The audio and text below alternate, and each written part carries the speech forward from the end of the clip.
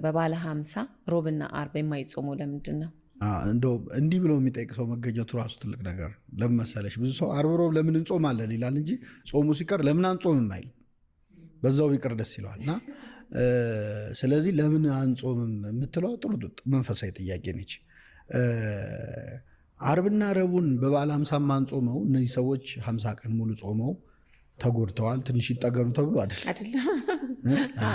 እንደዚህ አይነት ሁለት ምክንያቶች ናቸው። አንደኛው ስለ ጾም ነው። በትክክል ከጾም ነው፣ ስለ ጾም ነው።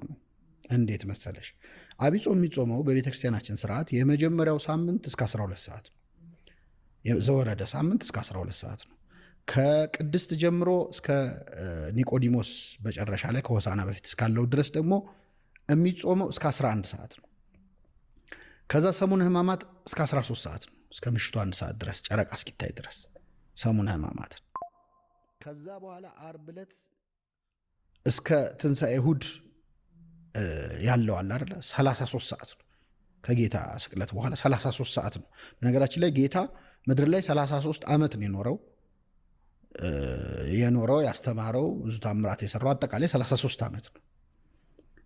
በሲኦል ላሉ ነፍሳት ደግሞ ከሞተ በኋላ ነፍሱ ከስጋው ከተለየች በኋላ በሲኦል ላሉ ነፍሳት 33 ሰዓት ሰብኮላቸው።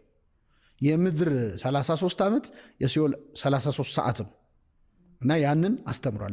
በወህኒ ላሉ ነፍሳት ሰላምን ሰበከላቸው ያለው ቅዱስ ጴጥሮስ ማለት ነው። ስለዚህ ከ12 ሰዓት ስንጾም የጨመርናት ሰዓት ማለት ነው ከ9 ሰዓት እስከ 12 ሰዓት ያለች አይደል?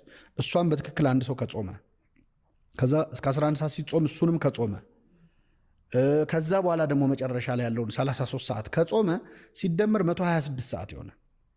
126 ሰዓት ማለት በበዓለ 50 የማንጾማቸው ዓርብና ረቡዕ ሰዓቶች ናቸው።